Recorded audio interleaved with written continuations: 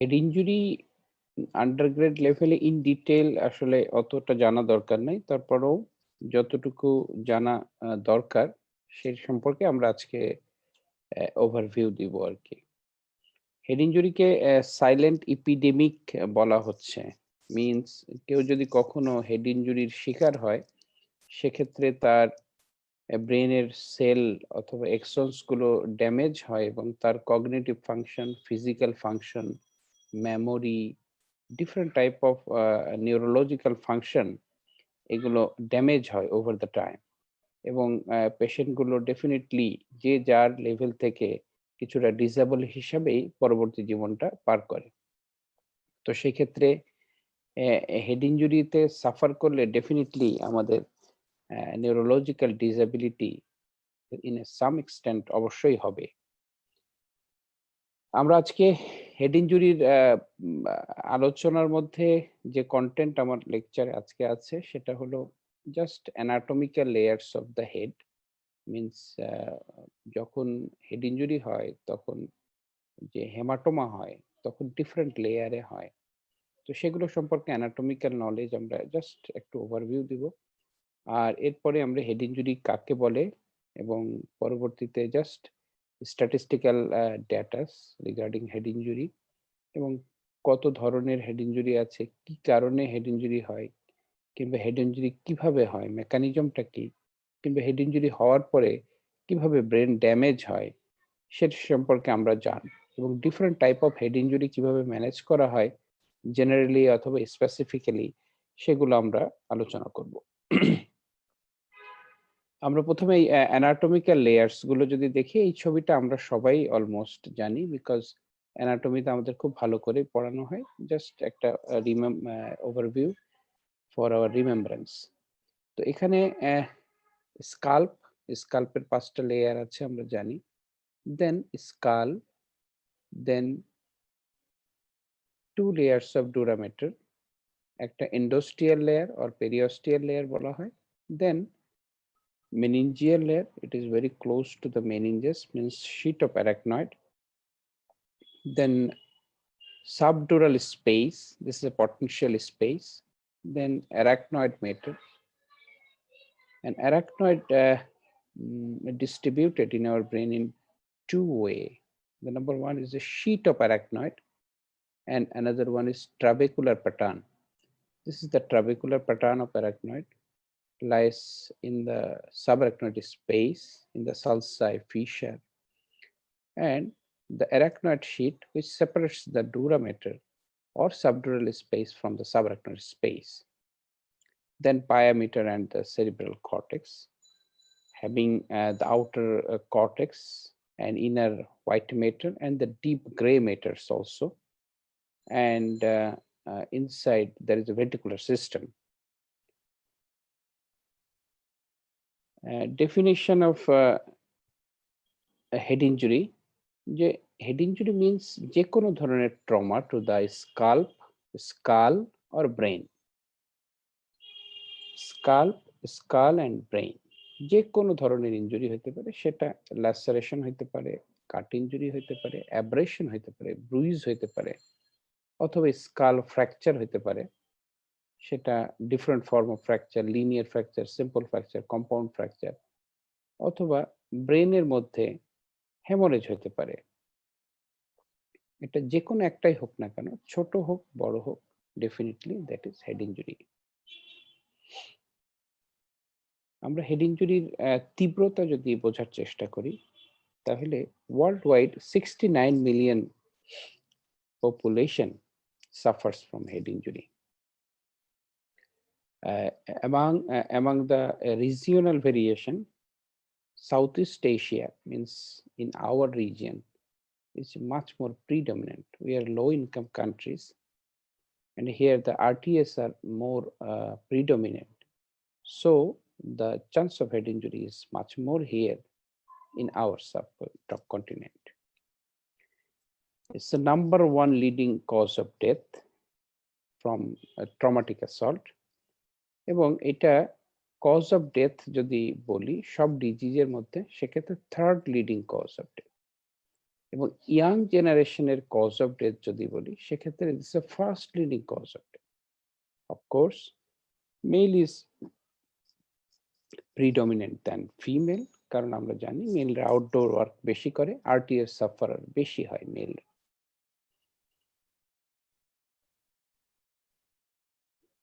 আমরা head injury types যদি বলি তাইলে দু ধরনের বলতে পারি গ্রসলি। যদি আমরা ক্লোজড হেড ইনজুরি আর একটা penetrating head injury. Closed head injury means blunt trauma, কোথাও গাছের সাথে হঠাৎ করে বাড়ি খেলো, অথবা আরটি এর পরে হেডটা রাস্তার সাথে লাগলো, অথবা কোনো গাড়ির উপর লাগলো, কিন্তু পেনিট্রেশন হয় নাই থ্রু দ্য স্কাল বোন, সেক্ষেত্রে এটাকে ক্লোজড হেড ইনজুরি বলা হয়। আর penetrating head injury, gunshot injury অথবা শার্প উইপন লাইক ট্যাডা ইনজুরি, এগুলোকে আমরা পেনিট্রেটিং হেড ইনজুরি বলি। দ্যাট মিনস যে কোনো গানশট ইনজুরিতে বুলেট অথবা পিলেটটা স্কাল পেনিট্রেট করে ব্রেনের ভিতরে চলে গেছে, এটা পেনিট্রেটিং ইনজুরি।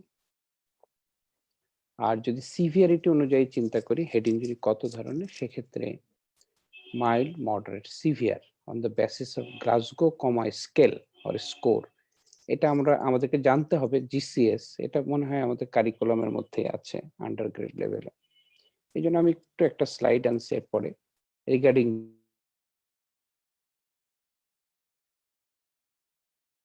আসলে খুবই সহজ, গ্লাসগো কমা স্কেলটা আসলেই সহজ, একটু বোঝার চেষ্টা করি।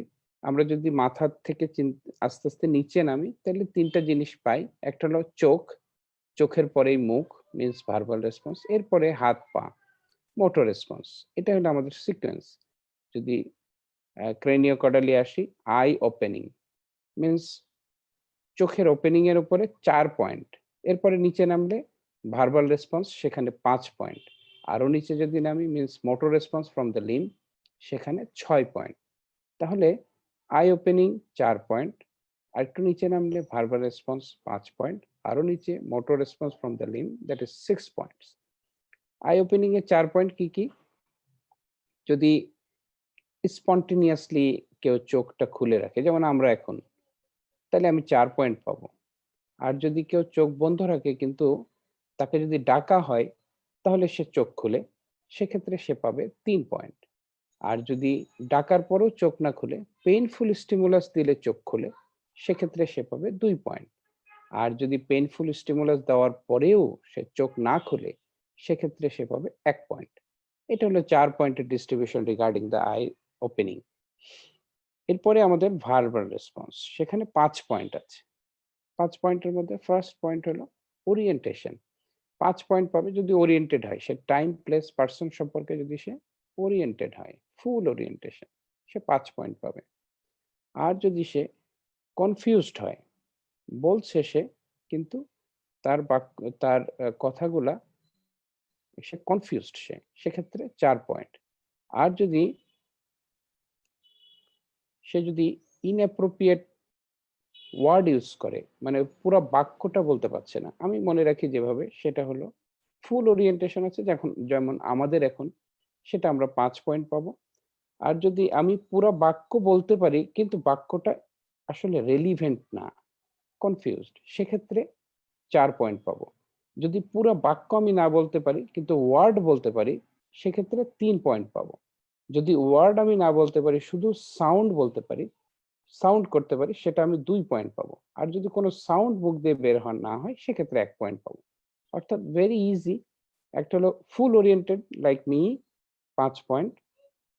আর যদি পুরা বাক্য বলতে পারি কিন্তু বাক্যটা কনফিউজড বাক্যটা রেলিভেন্ট না, সেক্ষেত্রে বাক্যের ক্ষেত্রে 4 পয়েন্ট। যদি বাক্য বলতে না পারি, শুধু ওয়ার্ড বলতে পারি, 3 পয়েন্ট। ওয়ার্ড বলতে পারলাম না, শুধু সাউন্ড করতে পারলাম, 2 পয়েন্ট। আর কিছুই না করতে পারলে 1 পয়েন্ট। তো ভার্বাল রেসপন্সের 5 পয়েন্টের ডিস্ট্রিবিউশন হয়ে গেল। এবার আসি আমরা মোটর রেসপন্স।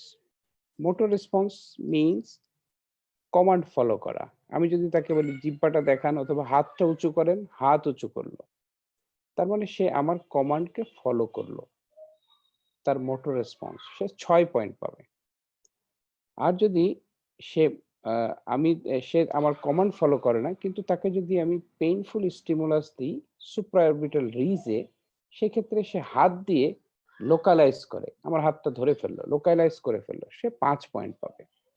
আর যদি এরকম হয় যে পেইনফুল স্টিমুলাস দেওয়ার পরে সে লোকালাইজ করতে পারে নাই, কিন্তু পারপাসফুল ফ্লেকশন করছে হাতটা, সেক্ষেত্রে 4 পয়েন্ট পাবে। আর যদি ফ্লেকশনটা অ্যাবনর্মাল হয়, সে 3 পয়েন্ট পাবে। অ্যাবনর্মাল ফ্লেকশন, আমরা হেড ইনজুরি পেশেন্টকে যে কোনো পেইনফুল স্টিমুলাস দিলেই দেখি যে হাতটা অ্যাবনর্মালি ফ্লেক্স করছে, কোনো পারপাসফুল না, অ্যাবনর্মাল ফ্লেকশন, সেটা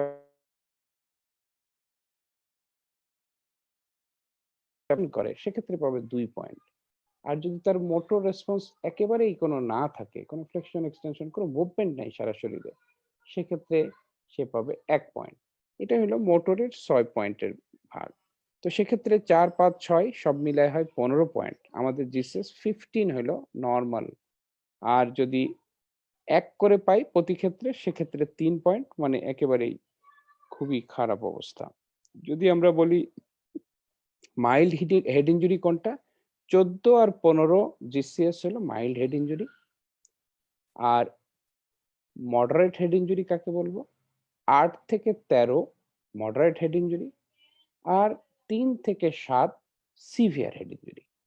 তাইলে আমরা জিসিএস এর কথায় যদি হেড ইনজুরি টাইপস বলতে চাই, সেক্ষেত্রে আমরা mild, moderate, severe on the basis of Glasgow comma score, এভাবেই আমরা হেড ইনজুরির সিভিয়ারিটি আমরা বলে থাকি।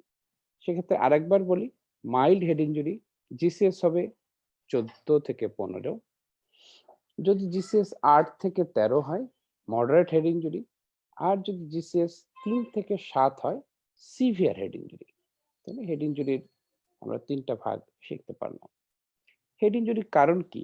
হেড ইনজুরির কারণ, মেইন কারণ আমাদের দেশে মোটর ভেহিকেল ইনজুরি, এটাই আমাদের দেশের মেইন কারণ, রোড ট্রাফিক অ্যাক্সিডেন্টস। আর সেকেন্ড কজ আমাদের দেশে অ্যাসল্ট, মারামারি। আর বিদেশে হলো ফল ফ্রম হাইট। আমাদের দেশেও ফল আছে, কিন্তু আমাদের দেশে সেকেন্ড কমন হলো অ্যাসল্ট, বিদেশে হলো ফল। আর স্পোর্টস ইনজুরি আছে, সেটাও একটা কারণ হেড ইনজুরি।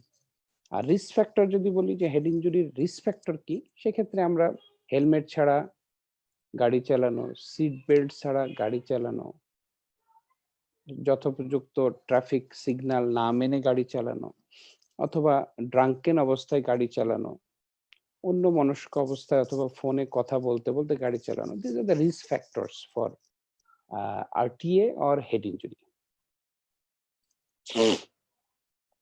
আমরা এখন মেকানিজম সম্পর্কে জানবো যে হেড ইনজুরি যখন হয় তখন কিভাবে ব্রেনটা ড্যামেজ হয়, ব্রেনে আঘাত পায়।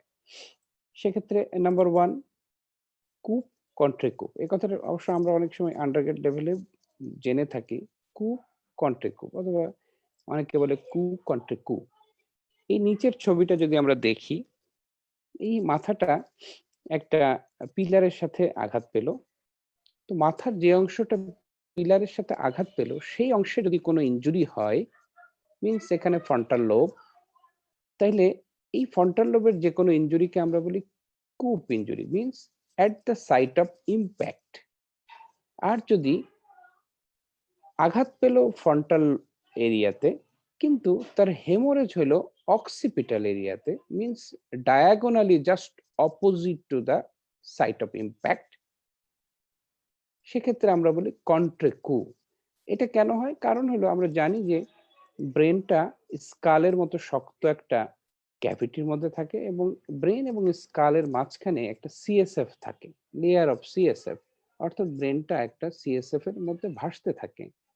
তো সেক্ষেত্রে ব্রেন যখন ইম্প্যাক্টেড হয় কোনো শক্ত জিনিসের এগেনস্টে, তখন ব্রেনটা সিএসএফ এর ভিতর দিয়ে ভাসতে ভাসতে অপোজিট স্কালের এগেনস্টে যে ধাক্কা খায়, তখন এই কন্ট্রেকুটা হয়, অর্থাৎ damage to the brain just opposite to the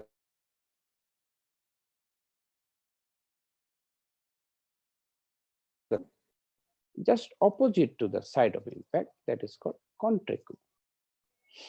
আর আমরা জানি আরেক ধরনের ইনজুরি আছে এক্সিলারেশন ডিসিলারেশন ইনজুরি। তার মানে আমি আমি গাড়িতে যাচ্ছি, হঠাৎ করে একটা গাছের সাথে আমার মাথাটা ধাক্কা খেলো। তখন আমার হেডটা ছিল আসলে এক্সিলারেশনে, হঠাৎ করে ডিসিলারেটেড হলো বাই দ্য ট্রি। তো ডিসিলেটেড হওয়ার পরে যেটা হয় যে ব্রেনের মধ্যে একটা গতি, সে তো গতি জড়তাতে ছিল, হঠাৎ করে এই গতি জড়তা হঠাৎ করে স্থির হওয়ার কারণে, গতি জড়তার কারণে ব্রেনের মধ্যে ইনজুরি হয়। That is called acceleration deceleration injury. আরেক ধরনের ইনজুরি আছে রোটেশনাল ইনজুরি, অর্থাৎ ব্রেনটা রোটেট করে। যে কোনো হেড ইনজুরি অথবা আরটিএ তে, আমাদের যখন মোটর ভেহিকেল অ্যাক্সিডেন্ট, বিশেষ করে মোটরসাইকেল ইনজুরিতে যখন ইনজুরি হয় তখন মাথাটা রোটেট করে। রোটেশনাল ইনজুরি একটা বড় ধরনের ইনজুরি। এটার একটা, এই ইনজুরির কারণে এক ধরনের আমাদের ব্রেন ট্রমা হয়, that is called diffuse external injury. এটা আমরা পরে আলাপ করছি। আর penetrating injury is very easy, এটা সবাই জানি আমরা। গান শট ইনজুরি অথবা ট্যাডা ইনজুরি, এটা যখন গান শট ইনজুরি হয় তখন দ্রুত গতিসম্পন্ন বুলেটটা যখন মাথার ব্রেনের ভিতর দিয়ে পাস করে, তখন এক তো ভাস্কুলার ইনজুরি হয় আর একটা হলো ব্রেনের ইনজুরি হয়। যে গতিপথ দিয়ে যায় সেখানে ইনজুরি, শুধু সেখানে ইনজুরিটা নিহিত থাকে না। Lateralization of the hit, lateralization of the force causes injury to the brain away from the site of impact। অর্থাৎ যেদিক দিয়ে বুলেটটা যাচ্ছে সেই গতিপথে ইনজুরি হইলই সাথে সাথে ওই গতিপথের বাইরে টিস্যুগুলো ইনজুরি হয় by lateralization of the hit and force. এটা হলো পেনিট্রেটিং ইনজুরি। তো আমরা কিভাবে ইনজুরি হয় আমরা দেখলাম, একটা কূপ, কন্ট্রে কূপ এখানে ছবিতে দেখতে পাচ্ছি। আরেকটা হলো acceleration ডিসিলারেশন, rotational injury in the top uppermost figure, or penetrating on by bullet gunshot injury or any data injury. আমরা এতক্ষণ দেখলাম কি মানে মেকানিজম অফ ব্রেন ইনজুরি। এখন আমরা দেখব প্যাথোফিজিওলজি, মানে ব্রেন ইনজুরি যে হয় কিভাবে হয়, প্যাথোফিজিওলজিটা কি। আমরা জানি যে প্রাইমারি ইনজুরি আর সেকেন্ডারি ইনজুরি, দুই ধরনের ইনজুরি। যখন একটা আরটিএ হয়, মোটর ভেহিকেল অ্যাক্সিডেন্ট হলো, তখন ব্রেনের একটা প্রাইমারি ইনজুরি হয়, অর্থাৎ যখন ঘটনাটা ঘটলো তখনই ব্রেনের কিছু অংশ ড্যামেজ হয়ে যায়। এরপরে সেকেন্ডারি ইনজুরি হয় এক ধরনের। সেটা কি? সেকেন্ডারি ইনজুরি হলো যে সাপোজ একটা আরটি এর কারণে এক্সট্রাডুরাল হেমাটোমা, সাবডুরাল হেমাটোমা অথবা ইন্টারভেন্ট্রিকুলার হেমোরেজ, ইন্টারসেরিব্রাল হেমোরেজ, যেটাই হলো সেই হেমোরেজটা যখন হয়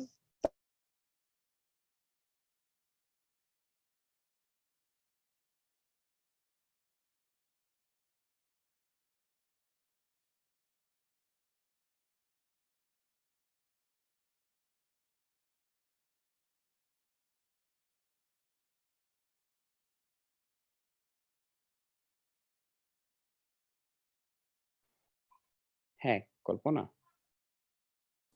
জি স্যার, হ্যালো, একটু আমার ডিসকানেক্ট আমার হয়ে গেছে। আমার কথা মনে হয় শোনা যায় না মাঝখানে? কোন জি স্লাইড থেকে স্যার। শোনা যায় নাই? স্যার লাস্ট স্লাইডটা ছিল প্যাথোফিজিওলজিটা। ওকে, স্যার এখানে এখানেই না? ওকে, বেশিক্ষণ হয় না তাহলে। আমরা বলতেছিলাম যে কিভাবে ব্রেন ইনজুরিটা হয়। এখানে দুই ভাবে হয়। একটা হলো যখন ট্রমার ইনসিডেন্সটা হয় তখনই ব্রেনের একটা অংশ ড্যামেজ হয়ে যায়। মিন্স একটা হেমাটোমা হইলো অথবা এখানে ব্রেনের ল্যাসারেশন হলো, তখন ব্রেন ইনজুরি হয় কিছু অংশ।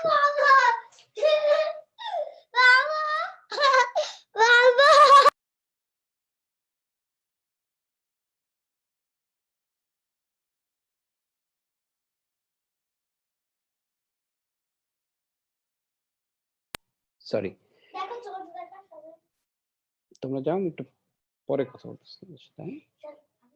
তাহলে আমরা দেখতেছিলাম primary injury just during the incidence. আরেকটা হয় যে হেমোরেজ হওয়ার পরে, ব্রেনের ট্রমা হওয়ার পরে ইডিমা হয় ডিউ টু ইনফ্লামেশন, অথবা ওই হেমোরেজটা আরো বাড়ে ওভার দ্য টাইম। তখন যেটা হয় যে হেমোরেজ বাড়লো, ইডিমা বাড়লো, তখন ব্রেনের মধ্যে ইন্ট্রাক্রেনিয়াল প্রেশারটা বেড়ে যায়। কারণ আমরা জানি যে অ্যাবডোমেনের মধ্যে প্রেসার বাড়লেও একটা পর্যায় পর্যন্ত অ্যাবডোমেন এটাকে কম্পেনসেট করতে পারে। কিন্তু ব্রেন সেটা পারে না। কারণ হলো ব্রেনের আউটার কাভারিংটা স্কিন না। ব্রেনের আউটার কাভারিংটা বোন। তো সেই ক্ষেত্রে বোনস তো এত কিছু জায়গা দিতে পারবে না। একটু প্রেসার বাড়লেই অনেক বেশি আইসিপি বেড়ে যায়, ইন্ট্রাক্রেনিয়াল প্রেসার বেড়ে যায়। ইন্ট্রাক্রেনিয়াল প্রেসার যখন বেড়ে যায় তখন স্বাভাবিকভাবেই যে ব্রেনের যে ফাংশন মিনস এখানে circulation, arterial circulation, Venus drainage এগুলো হ্যাম্পার হয়। আল্টিমেটলি ব্রেন টিস্যুগুলো ইস্কেমিয়াতে ভুগে। ইস্কেমিয়ার পরে আস্তে আস্তে ইরিভার্সিবল ব্রেন ড্যামেজ হয় এবং এক পর্যায়ে ব্রেন সোয়েলিং হয়ে হার্নিয়েশন হয়। আমরা হার্নিয়েশনের কথা সবাই শুনেছি।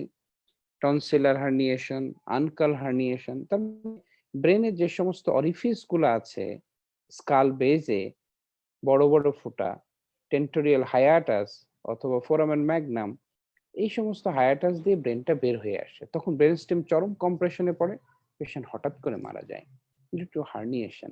অর্থাৎ প্রাইমারি ব্রেন ইনজুরি যেটা হয়, তারপরে সেকেন্ডারি ব্রেন ড্যামেজ হয় due to oedema, inflammation or recurrent hemorrhage causes raised ICP, ultimately ischemia and brain tissue damage with or without herniation.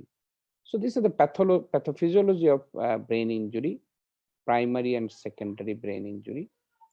তো এটার পরে কিভাবে একটা হেড ইনজুরি পেশেন্ট আমাদের কাছে প্রেজেন্ট করে সেটা আমরা দেখব। সিমটম গুলোকে ওরা যদি ক্যাটাগরাইজ করছে, একটা হলো কগনিটিভ ফাংশন মিন্স চেতনা, আমি কতটুকু সচেতন মিন্স কনসাসনেস লেভেল কেমন আমার। আরেকটা হলো ফিজিক্যাল মিন্স নিউরোলজিক্যাল ডেফিসিট, আমার এক হাত এক পা অবশ, প্যারালাইজড। এটা হলো physical symptom of head injury. আরেকটা হইতে পারে পারসেপচুয়াল, আমি আমার বোধ শক্তি আমি বুঝতেছি কিনা, কম্প্রিহেনশন ঠিক আছে কিনা, এটা হইতে পারে। আরেকটা হলো অ্যাটিটিউডাল চেঞ্জ হতে পারে, বিহেভিয়ারাল চেঞ্জ হতে পারে, মেমোরি চেঞ্জ হতে পারে। So this are the symptomatology or category of the symptoms by with head injury. আমরা যদি ব্রডলি সবগুলোকে ভাগ করি যে how the head injury patient presents to us, কিভাবে প্রেজেন্ট করে, প্রেজেন্টেশন গুলো কি। আমি যদি প্রথম থেকে বলি, আমরা হিস্ট্রি এভাবেই নিই, এ হিস্ট্রি অফ আরটিএ, একটা আরটিএ এর হিস্ট্রি আছে, অথবা history of fall from height, অথবা হিস্ট্রি অফ স্পোর্টস ইনজুরি, অথবা history of penetrating gunshot injury আর হিস্ট্রি অফ অ্যাসল্ট। তো এইরকম একটা হিস্ট্রি থাকে পেশেন্টের।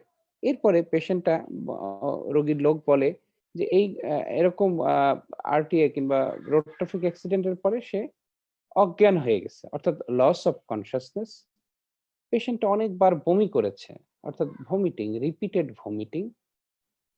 তাহলে একটা হলো হিস্ট্রি অফ আরটিএ অথবা history of assault, then loss of consciousness, repeated vomiting, headache হইতে পারে, পেশেন্ট রেস্টলেস নিয়ে প্রেজেন্ট করতে পারে, আর কনফিউশন হয়তো, পেশেন্ট কনফিউশনাল স্টেট, অর্থাৎ পেশেন্ট অনেক mild head injury patient confusion নিয়ে আসে, বুঝতেছে না সে। অনেক সময় পেশেন্ট গুলো এন্টিগ্রেড অথবা রেট্রোগ্রেড অ্যামনেশিয়া নিয়ে আসে। অর্থাৎ অনেক সময় হেড ইনজুরি পেশেন্ট আমাদের কাছে প্রায় এসে বলে যে হেড ইনজুরির আগের কি হয়েছে আমি কিছু জানি না, কিছু আমার মনে নাই। এটাকে বলা হয় রেট্রোগ্রেড অ্যামনেশিয়া। মানে আগে ঘটনার আগের সব স্মৃতি সে ভুলে যায়। অথবা কেউ বলে হেড ইনজুরির পরে, অর্থাৎ মাথায় আঘাতের পরে কি হয়েছে আমার মনে নাই। এটাকে বলা হয় অ্যান্টিগ্রেড অ্যামনেশিয়া মিন্স ঘটনার পরবর্তী কথাগুলো তার স্মরণ নেই, আগের গুলো আছে। কারো দুইটা একসাথেও হইতে পারে। তো এই ধরনের মেমোরি লস হইতে পারে। আর পেশেন্টটা আসার পরে আবার একদিকে প্যারালাইসিস নিয়েও আসতে পারে। এইভাবে আসার পর আমরা যখন এক্সামিনেশন করি তখন মেইনলি দেখি আমরা গ্লাসগো কমা স্কেল দেখি, অর্থাৎ জিসিএস, একটু আগে আমরা যেটা বললাম। জিসিএস টা দেখার পরে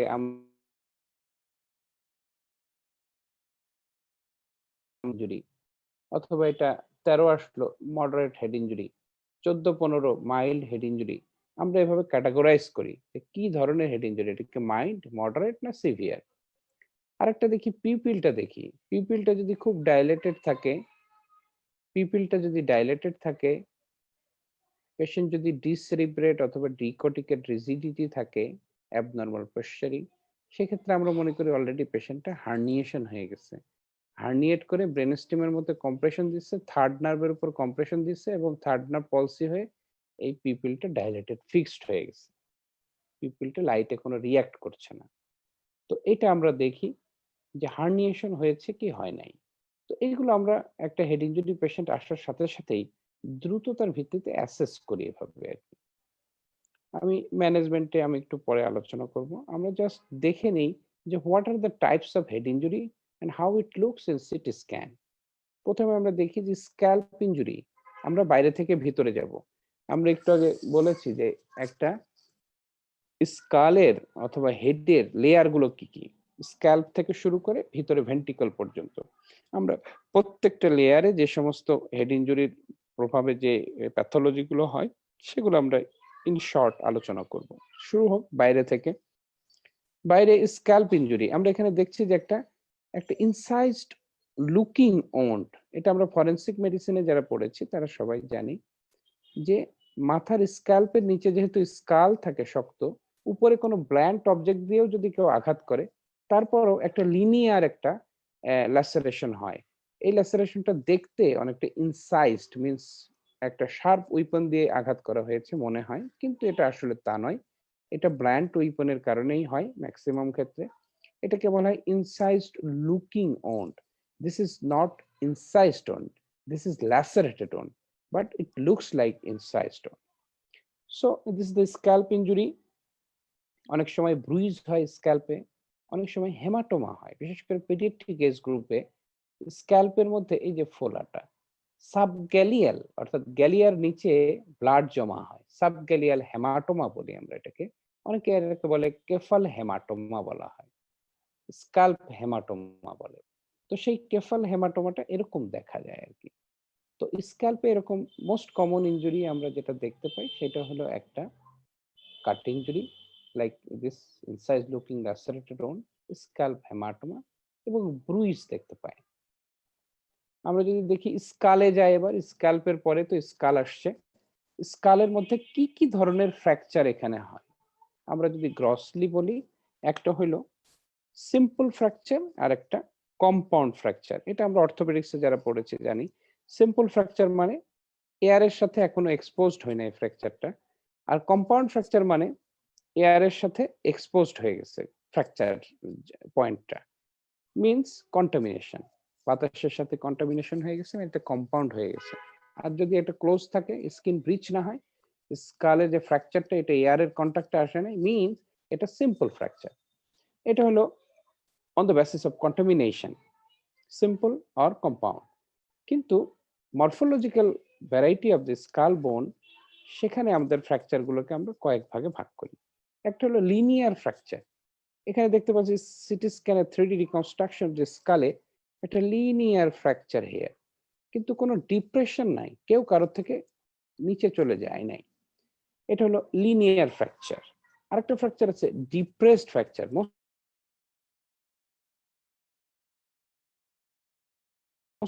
ডিপ্রেশন হয়েছে towards the cranial cavity from the normal skull bone, এই জন্য এটাকে বলা হয় ডিপ্রেসড ফ্র্যাকচার। ক্লিনিক্যালি তখনই এটা ডিপ্রেসড ফ্র্যাকচারটা ইম্পর্টেন্ট হয় যখন স্কাল বোন 1 সেন্টিমিটারের নিচে বেশি, 1 সেন্টিমিটারের বেশি এটা নিচে দেবে যায়। তো এটা একটা ডিপ্রেসড স্কাল ফ্র্যাকচার। আর একটা লিনিয়ার স্কাল ফ্র্যাকচার। আরেক ধরনের ফ্র্যাকচার আছে পেডিয়াট্রিক এজ গ্রুপে দেখা যায়, বাচ্চাদের দেখা যায়। বাচ্চাদের স্কালটা খুবই ইয়ে থাকে, থিন থাকে, ইলাস্টিক টাইপ অফ স্কাল। এই যে টোপ খেয়ে যায়, আমরা টোপ খাওয়া বলি বাংলাতে, হ্যাঁ, সেটা ইংরেজিতে বলা হয় পিং পং বল ফ্র্যাকচার অথবা পন্ডস ফ্র্যাকচার এটার নাম। অর্থাৎ পিং পং বলে যেরকম চাপ দিলে এটা ডিপ হয়ে দেবে যায়, গর্তটা থেকে একটু পরে আবার উঠে পড়ে, ওরকম একটা ডিপ্রেশন হয়, কিন্তু কোনো ভাঙা নাই, কিন্তু ভাঙে নাই, কিন্তু এটা গেবে গেছে, দেবে গেছে। এটাকে বলা হয় পিং পং বল ফ্র্যাকচার অথবা পন্ডস ফ্র্যাকচার। এটা বাচ্চাদের স্কালে বেশি হয়।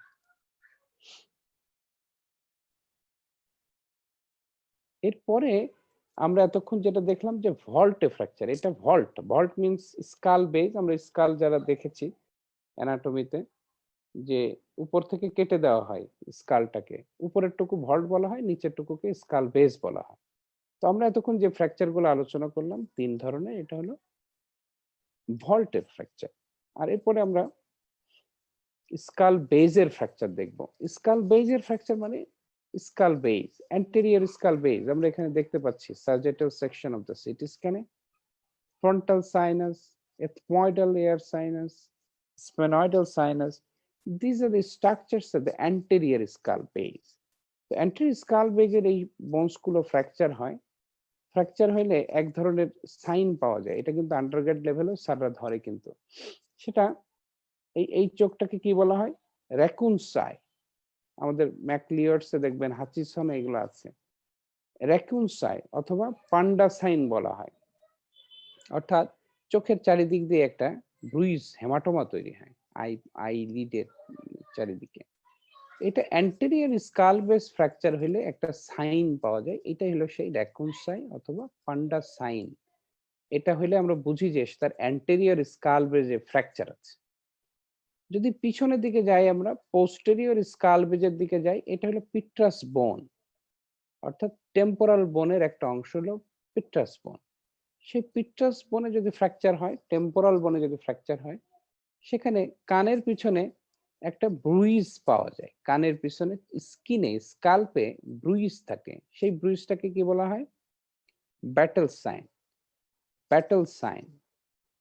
এই এরকম যদি কানের পিছনে কারোর এরকম ব্রুইজ থাকে, ব্যাটল সাইন থাকে, তাহলে আমরা বলতে পারবো ক্লিনিক্যালি যে হ্যাঁ, এর পোস্টেরিয়র স্কাল বেজে ফ্র্যাকচার আছে, এর টেম্পোরাল বোনে ফ্র্যাকচার আছে, এটা পিট্রাস টেম্পোরাল বোনে ফ্র্যাকচার আছে, এটা আমরা বলতে পারবো। তাহলে এই দুইটা সাইন কিন্তু আমাদের আন্ডারগ্রেড লেভেলেও খুব গুরুত্বপূর্ণ, র্যাকিউন সাইন আর পান্ডা সাইন। আর একটা হলো ব্যাটল সাইন। একটা হলো অ্যান্টেরিয়র স্কাল বেস ফ্র্যাকচারের সাইন, আর একটা পোস্টেরিয়র স্কাল বেস ফ্র্যাকচারের সাইন। এরপরে স্কাল ফ্র্যাকচারের পরে নেক্সট লেয়ার কি আমাদের? স্কালের পরেই ডুরামেটার। ডুরামেটার। তো স্কাল এবং ডুরার মাঝখানে যে স্পেসে যদি ব্লাড কালেকশন হয়, সেটাকে আমরা বলি ইপিডুরাল অর এক্সট্রাডুরাল হেমাটোমা। এটা ভেরি কমন হেড ইনজুরিতে, ভেরি কমন। এখানে অর্থাৎ ডুরার বাইরে, ডুরার বাইরে কিন্তু হাড্ডির নিচে, অর্থাৎ স্কাল এবং ডুরার মাঝামাঝি যদি কোনো ব্লাড জমা হয়, সেই ব্লাডটাকে বলা হয় ইপিডুরাল হেমাটোমা। ইপিডুরাল হেমাটোমাটা সিটি স্ক্যানে আমরা চিনব কিভাবে?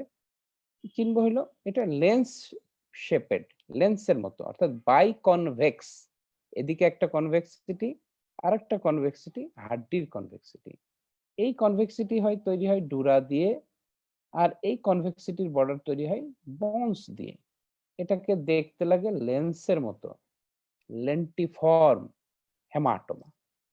এটাই হলো এক্সট্রাডুরাল হেমাটোমা। অর্থাৎ কোনো হেমাটোমা যদি বাইকনভেক্স হয় দেখতে, হাড্ডির নিচে বাইকনভেক্স হেমাটোমা, লেন্সের মতো দেখতে, এটাকে আমরা বলি এক্সট্রাডুরাল হেমাটোমা আর ইপিডুরাল হেমাটোমা। এখানে আমরা দেখতে পাচ্ছি যে ইপিডুরাল হেমাটোমা। এরকম ইপিডুরাল হেমাটোমা যদি কারো হয়, এটা হয় সাধারণত ডুরার যে ভেসেল আছে, মেনিনজিয়াল আর্টারিস অথবা মেনিনজিয়াল ভেইন, সেই আর্টারি বা ভেইনগুলো হেড ট্রমাতে ছিঁড়ে যায়, টিয়ার হয়, এবং ব্লাডটা বোনস এবং ডুরার মাঝামাঝি জায়গায় জমা হয়। এটাকে বলা হয় ইপিডুরাল হেমাটোমা। এটার হলমার্ক হলো ইনিশিয়াল ট্রমাতে পেশেন্ট অল্প সময়ের জন্য আনকনশাস থাকে, এবং এরপরে সে কনসাসনেস লেভেল ফিরে পায়। কারণ হেড ট্রমাতে শুরুতে একটা কনকাশন হয়, তার জ্ঞান কমে যায়, আবার সে জ্ঞান ফিরে পায়। তারপরে যখন ব্লাডটা ধীরে ধীরে ধীরে ধীরে অ্যাকুমুলেট হতে থাকে, অনেক বড় হয়ে যায়, ব্রেনে প্রেসার দেয়, তখন আবার সে অজ্ঞান হয়ে যায়। এটাকে বলা হয় লুসিড ইন্টারভাল। এটাও আমরা আন্ডারগ্রেড লেভেলে কিন্তু আমাদেরকে পড়াই। লুসিড ইন্টারভ্যাল অর্থাৎ প্রথমে unconscious for the short time, then again regain consciousness, then again patient become unconscious. প্রথমবার আনকনসিয়াসনেস হয় due to concussion, due to head trauma, during the incidents. তারপরে সে জ্ঞান ফিরে পায় অটোমেটিক্যালি। এরপরে যখন ব্লাডটা ধীরে ধীরে অ্যাকুমুলেট হয়ে ব্রেনকে প্রেশার দেয়, তখন পেশেন্ট আবার অজ্ঞান হয়ে যায়। তাইলে unconsciousness, then again regain consciousness, then again become unconscious. এই যে এই ঘটনাটাকে বলা হয় লুসিড ইন্টারভাল। এটা হয় এক্সট্রাডুরাল হেমাটোমাতে। এই ক্লিনিক্যাল সিনারিও পাওয়া যায় এক্সট্রাডুরাল আর ইপিডুরাল হেমাটোমা। আমরা ম্যানেজমেন্টের সময় আমরা বলবো যে ইপিডুরাল হেমাটোমাতে কি করা হয়। ইপিডুরাল হেমাটোমাতে কিছুই না, এখানে একটা ক্রেনিওটমি করা হয়, অর্থাৎ এই বোনসটাকে আমরা কেটে ফেলি, কেটে গোল করে কেটে এই ডুরার বাইরের ব্লাডটাকে আমরা সাক আউট করে বের করে ফেলি, তারপরে আবার হাড্ডিটা বসাই দিই। এটা ইপিডুরাল হেমাটোমার সার্জারি, ক্রেনিওটমি বলি। হাড্ডি কাটাকে আমরা বলি ক্রেনিওটমি। ক্রেনিওটমি অ্যান্ড ইভাকুয়েশন অফ হেমাটোমা, এটাই ইপিডুরাল হেমাটোমার সার্জারির নাম। আমরা নেক্সট আসি, ইপিডুরালের পরেই ডুরার নিচে এক ধরনের ব্লিডিং হয়, এটাকে বলা হয় সাবডুরাল হেমাটোমা। একটু আগে দেখলাম ডুরার বাইরে হাড্ডির নিচে, সেটার নাম হলো এক্সট্রাডুরাল আর ইপিডুরাল হেমাটোমা। এখন আমরা দেখছি ডুরার নিচে এবং ব্রেনের বাইরে। এখানে লেয়ারটা আমি আবার আনছি, এখানে দেখতে পাচ্ছি যে dura, this is meningeal dura, this is arachnoid mater, the blood accumulates in between the meningeal dura and arachnoid sheet. This is called subdural hematoma. There is a potential space in between the meningeal dura and arachnoid sheet. That potential space is called subdural space. এই subdural স্পেসের মধ্যে blood accumulate হইলেই এটাকে বলা হয় subdural haematoma. Usually আমরা superficial cerebral vein যেগুলো আছে, আমরা ক্যাডাভারিক স্পেসিমেনে দেখবো অথবা আমরা পড়বো cerebral Venus system, superficial cerebral vein, এগুলো যে আলটিমেটলি সাইনাসের মধ্যে ড্রেন করে। যেহেতু সাইনাসটা থাকে এই ডুরার লেভেলে, দুই ডুরার মাঝামাঝি, আর ব্রেনের ভেইন থাকে এখানে, তো তাকে কিন্তু এই সাবআরাকনয়েড স্পেস, সাবডুরাল স্পেস ব্রিজ করে যে সাইনাসের মধ্যে ড্রেন করতে হয়। তো এই যে ব্রিজিং ভেইন, এটাকে বলা হয় ব্রিজিং ভেইন, অর্থাৎ the part of the vein which bridges the superior sagittal sinus and superficial cerebral vein is called bridging part of that particular vein. তো এই ভেইনটা রিলেটিভলি আনসাপোর্টেড থাকে। যখন হেড ইনজুরি হয় তখন এই ব্রিজিং ভেইনটা ছিঁড়ে যায়, ছিঁড়ে গেলে সে সাবডুরাল স্পেসের যে পটেনশিয়াল স্পেস থাকে সেখানে ব্লিড করে, এবং এই ব্লাডটা দেখতে সিটি স্ক্যানে এই রকম দেখা যায়। এটা হলো ক্রিসেন্ট্রিক শেপ। আমরা এটা ক্রিসেন্ট মিন্স কনকেভো কনভেক্স ব্লাডটা, অর্থাৎ একদিকে কনকেভ বর্ডার আর একদিকে কনভেক্স বর্ডার, এটাকে ক্রিসেন্ট্রিক বলা হয়, অর্ধচন্দ্রের মতো। তো সেই ক্রিসেন্ট শেপের ব্লাড যখন দেখবো আমরা, এটাকে বলবো আমরা সাবডুরাল হেমাটোমা। যখন বাইকনভেক্স ব্লাড দেখবো তখন সেটাকে বলবো এক্সট্রাডুরাল হেমাটোমা। তো সাবডুরাল হেমাটোমা, এটা কালেকশন হয় in the subdural potential space in between the arachnoid sheet and meningeal dura due to breathing vein rupture. তো এটা আমরা বুঝতে পারলাম। এবং সাবডুরাল হেমাটোমা খুবই grave sign of head injury. Head ইনজুরিতে সাবডুরাল হেমাটোমা থাকা মানেই আমরা বুঝে ফেলি যে অ্যাসোসিয়েটেড প্যারেনকাইমাল ইনজুরি আছে মোস্ট অফ দ্য টাইম, অর্থাৎ সেরিব্রাল টিস্যুর ভিতরে অনেক ইনজুরি আছে, আমরা কিছু দেখতে পাই অথবা পাই না। সাবডুরাল হেমাটোমা হতে গেলে ইমপ্যাক্ট অনেক বেশি লাগে এবং পেশেন্টের প্যারেনকাইমাল ইনজুরি থাকে বলা হয়, এবং পেশেন্টের জিসিএস ইউজুয়ালি পুয়ার থাকে, এবং এই পেশেন্টগুলোর আউটকাম খারাপ থাকে।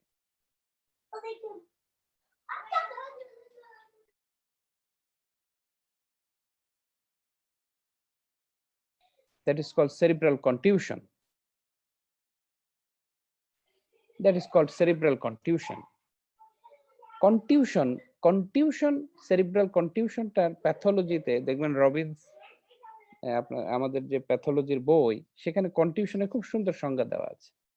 বলা হয় যে ব্লাড এবং ব্রেন প্যারেনকাইমাল টিস্যু ইন্টারপোজিশন থাকে, means in between the lacerated brain there is a flecks of blood, অর্থাৎ lacerated ব্রেনের মাঝে মাঝে একটু একটু করে ব্লাড থাকে, অর্থাৎ ব্লাডটা পুরোপুরি সলিড না, কনসলিডেটেড না, অর্থাৎ ব্লাড থাকে কিছু কিছু প্যারেনকাইমাল টিস্যু, কিছু ব্লাড কিছু parenchymal tissue, as a whole this part of the brain is called contused brain. এবং এই কন্টিউশনটা ইউজুয়ালি ফ্রন্টাল লোবে হয়, ফ্রন্টাল লোবে হয় এবং টেম্পোরাল লোবে হয়। কারণ কি? কারণ হলো এই ফ্রন্টাল লোবে আমরা জানি যে অরবিটাল যে roof of the frontal lobe on which the base of the frontal lobe lies সেটা খুব ইররেগুলার থাকে। আমরা স্কাল বেস পড়ার সময় দেখবেন আপনারা যে অরবিটাল রুফটা কেমন ইররেগুলার। এই ইররেগুলার সারফেসের এগেইনস্টে ব্রেনটা যখন অ্যাক্সেলারেশন ডিসেলারেশন ইনজুরি হয় তখন ব্রেনটা কনটিউশন হয়ে যায়, টেম্পোরাল লোবের ক্ষেত্রেও তাই। তো এটাকে বলা হয় cerebral contusion. This is not haematoma, this is contusion. আমরা এরপরে দেখছি হেমাটোমা। দেখেন এখানে ট্রমাটিক হেমাটোমা, হেমাটোমাটা দেখেন সলিড, এখানে within the haematoma there is no brain tissue, absolutely blood, এটাকে বলা হয় হেমাটোমা, ইন্ট্রাসেরিব্রাল হেমাটোমা, অর্থাৎ সেরিব্রাল টিস্যুর মধ্যে ব্লাড। আর একটু আগের ছবিটা যদি আমি রিপিট করি, দেখেন এখানে ব্লাড এবং ব্রেন টিস্যু ইন্টারমিঙ্গলড হয়ে আছে, এটা এজন্য এটাকে বলা হয় কনটিউশন। আমরা এবার যদি দেখি, এটা এক ধরনের ইনজুরি, এটা very common injury in our country, কারণ মোটর ভেহিকেল অ্যাক্সিডেন্ট, বিশেষ করে মোটরসাইকেল ইনজুরি ইয়াং পেশেন্টের ক্ষেত্রে এটা হয়। ইয়াং ছেলেরা খুব দ্রুত বেগে মোটরসাইকেল চালায়, অ্যাক্সিডেন্ট করলে এরকম হয়। তো সেখানে আমরা দেখছি যে ব্রেনের মধ্যে ওরকম বড় কোনো হেমাটোমাও নেই, আবার কোনো কনটিউশনও ওরকম নেই, কিন্তু ছোট ছোট ভেরি টাইনি টাইনি হেমাটোমা আছে, যেটা আমরা অনেক সময় দেখতে পাই সিটি স্ক্যানে, অনেক সময় দেখতে পাই না, ভেরি মাইল্ড, অথবা ব্রেন সিটি নর্মালও হইতে পারে। এটার কারণ হলো rotational force, rotational injury of the brain.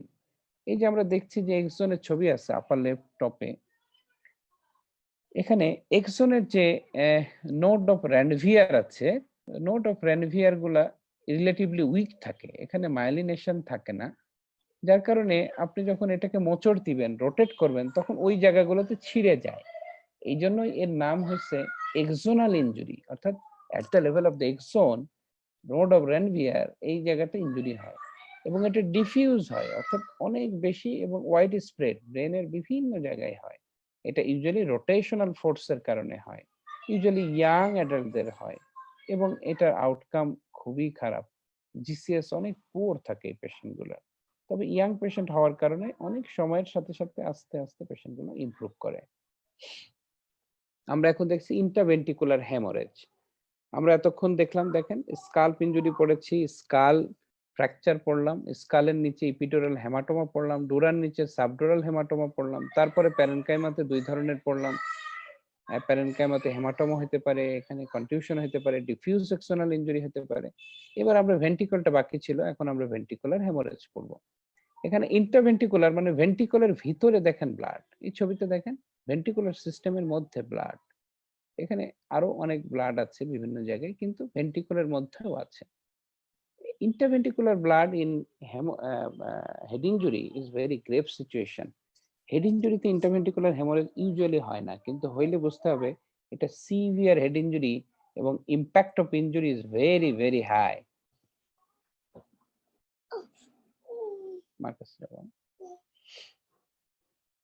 তো সেটা এটা ইন্টারভেন্ট্রিকুলার হেমোরেজ। এখন আমরা এতক্ষণ আমরা তো আসলে ব্ল্যান্ট ইনজুরি পড়লাম, এখন পেনিট্রেটিং ইনজুরি, অর্থাৎ একটু আগে আমি বলেছি পেনিট্রেটিং ইনজুরি মানে কি। এখানে গানশট ইনজুরিতে দেখেন স্কালটা পেনিট্রেট করে ব্রেনের ভিতর দিয়ে এই বুলেটটা এসে এইখানে আটকে গেছে। তো এই যে পুরা গতিপথ, বুলেটের যে গতিপথ, সেখানে তো অবশ্যই ব্রেন ইনজুরি হয়েছে, ইউজুয়ালি ভাস্কুলার ইনজুরি থাকে অ্যাসোসিয়েটেড। সাথে সাথে এই পাথওয়ের ল্যাটারালি যে ব্রেন টিস্যু আছে, সেই ব্রেন টিস্যুগুলো ইনজুরি হয় due to lateralization of the hit, due to lateralization of the force injury হয়, এবং এটা খুব সিভিয়ার ধরনের ইনজুরি হয়। হাই ভেলোসিটি গানশট বুলেট ইনজুরিতে। এবং এখানে আমরা দেখতে পাচ্ছি যে ব্রেনের ভিতর দিয়ে একটা ট্যাডা ঢুকে পড়ছে। ট্যাটাটা আমরা আমরা অনেকেই চিনি, নরসিংদী এলাকার লোক এগুলো বেশি মারামারি করে এগুলো দিয়ে। তো এখানে ট্যাটার দেখতে পাচ্ছি বড়শির মতো একটা অবস্থা। অর্থাৎ ঢুকবে ঠিকই, বের হবে না। আমাদের কাছে আসলে আমাদের বের করতে গেলে খুব কষ্ট হয়। কারণ এখানে বোন ড্রিল করে এই জায়গাটা ফ্রি করতে হয়। আদারওয়াইজ এটা টান দিলে বের হয় না কখনো। তো এটা ট্যাডা injury. It's a penetrating injury. আমরা এখন আমরা অলমোস্ট শেষের দিকে ম্যানেজমেন্ট অফ হেড ইনজুরি পড়বো। ম্যানেজমেন্টের মধ্যে যেকোনো ট্রমা পেশেন্ট তো আমরা জানি ATLS প্রোটোকল আছে, অ্যাডভান্সড ট্রমা লাইফ সাপোর্ট। এটা একটা প্রোটোকল।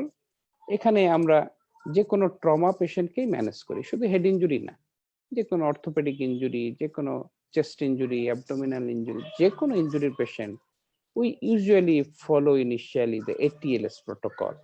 তো সেখানে ATLS প্রোটোকল কি, আমরা 5th ইয়ার স্টুডেন্ট যারা তাদেরকে অবশ্যই এটা পড়তে হবে, জানতে হবে।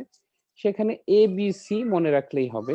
DE আছে, A তে এয়ারওয়ে, B তে ব্রিদিং, C তে সার্কুলেশন, D তে ডিসেবিলিটি, E তে এক্সপোজার। তো এয়ারওয়ে মানে তার এয়ারওয়েটাকে প্যাটেন্ট রাখতে হবে। এয়ারওয়ে প্যাটেন্ট রাখতে গেলে আমরা কি করি, আমরা এয়ারওয়েতে সাকশন দেই, মুখের মধ্যে এয়ারওয়ে টিউব আছে, ন্যাজাল টিউব আছে, ন্যাজাল ক্যানুলা বলি আমরা ওটাকে। অথবা কারোর টাং ফলব্যাক হইলে, কারণ এই পেশেন্ট গুলো তো কনসাসনেস লেভেল খারাপ থাকে, তখন টাং ফলব্যাক হয়। টাং ফলব্যাক হইলে আমাদেরকে, আমরা জানি জ থ্রাস্টিং আর চিন লিফটিং একটা ম্যানুভার আছে, সেটা করলেও আমাদের এয়ারওয়েটা প্যাটেন্ট থাকে। তো এরকম ভাবে আমাদের এয়ারওয়েটাকে প্যাটেন্ট করতে হবে, ফার্স্ট কাজ।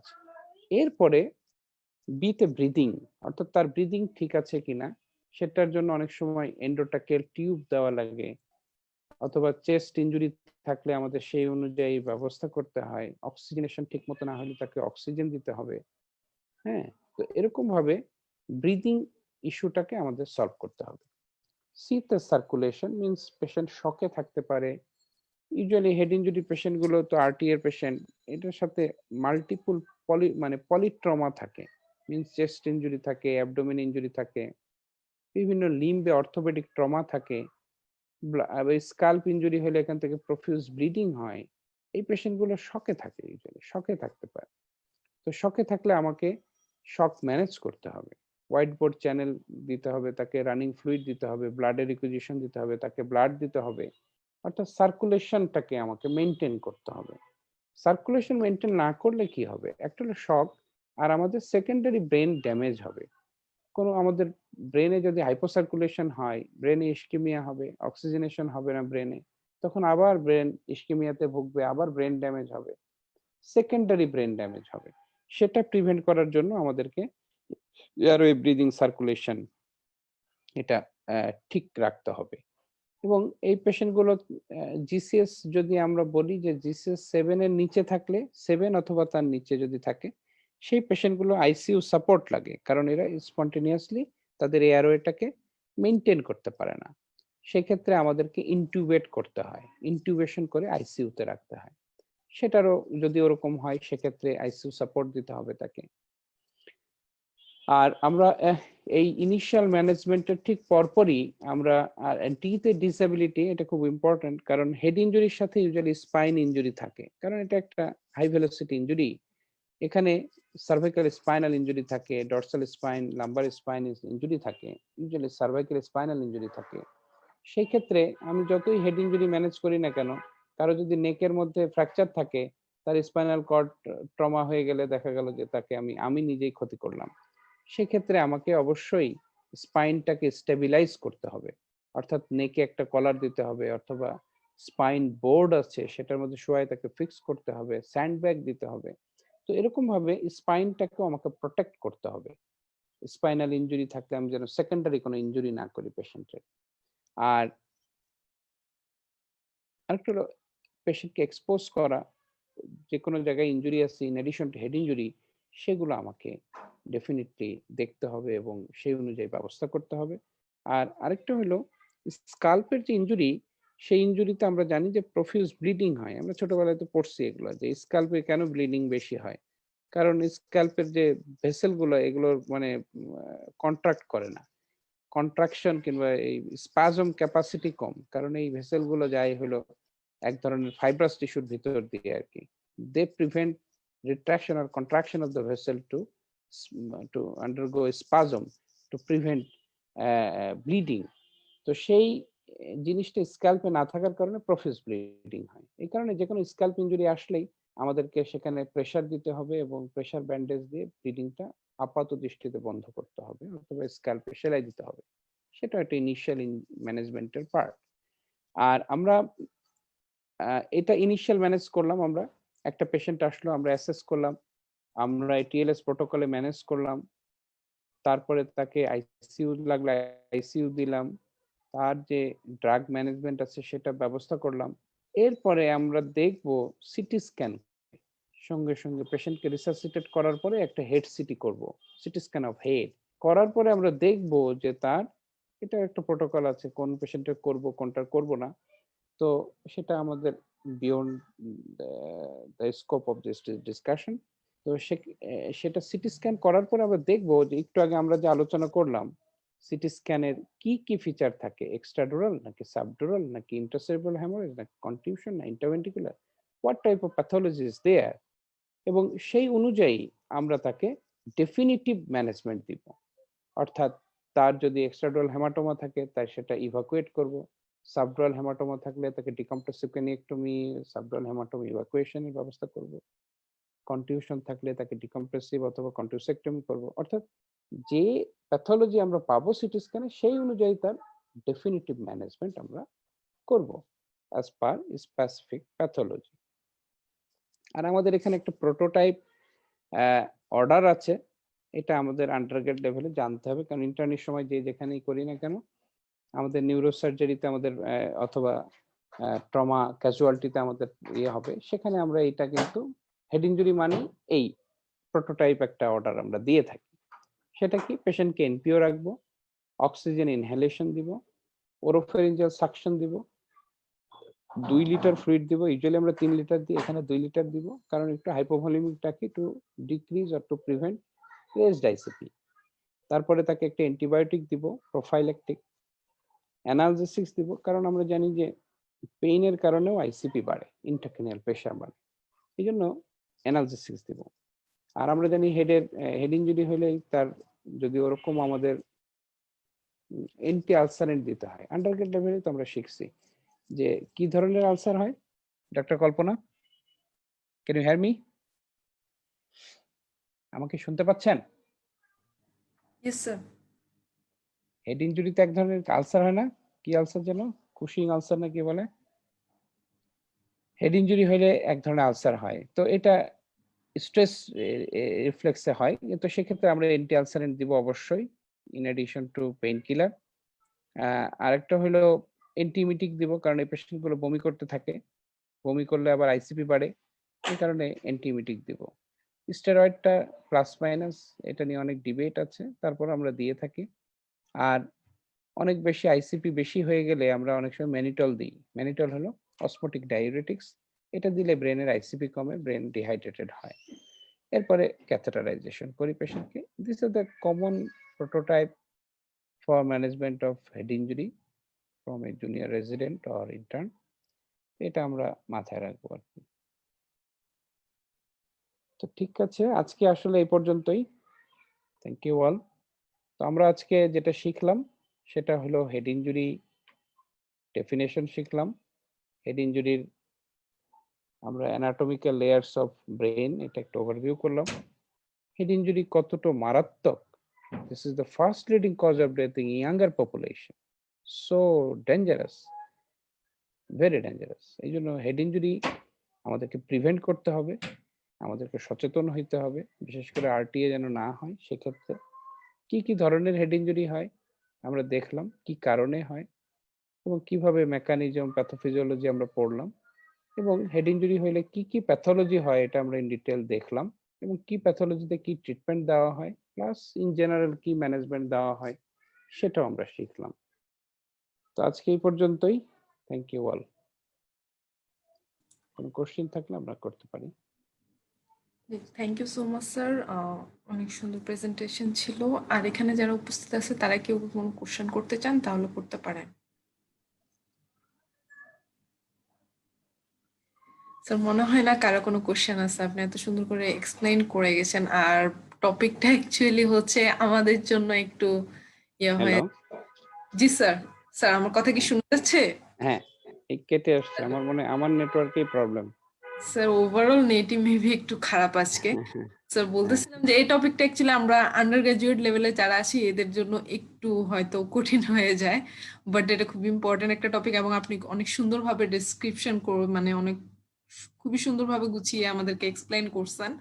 স্যার সেই জন্য আপনাকে অসংখ্য ধন্যবাদ স্যার, যে এত সুন্দর করে প্রেজেন্টেশন করার জন্য। তাহলে স্যার আজকে আপনার অনুমতি নিয়ে আমরা আজকে এখানে এন্ড করতে যাচ্ছিলাম স্যার।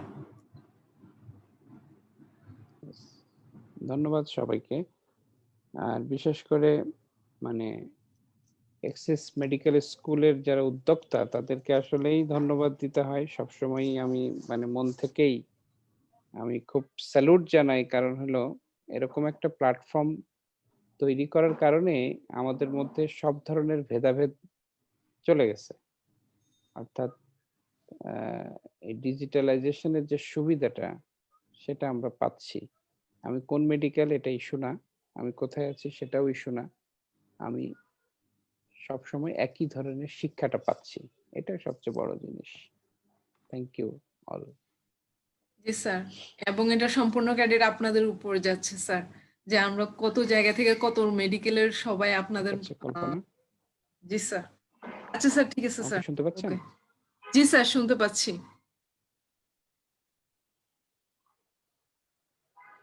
স্যার তাহলে আজকের জন্য এখানে শেষ করে দিচ্ছি স্যার। আসসালামু ওকে। আলাইকুম স্যার। Thank you. ওয়ালাইকুম আসসালাম। Thank you sir.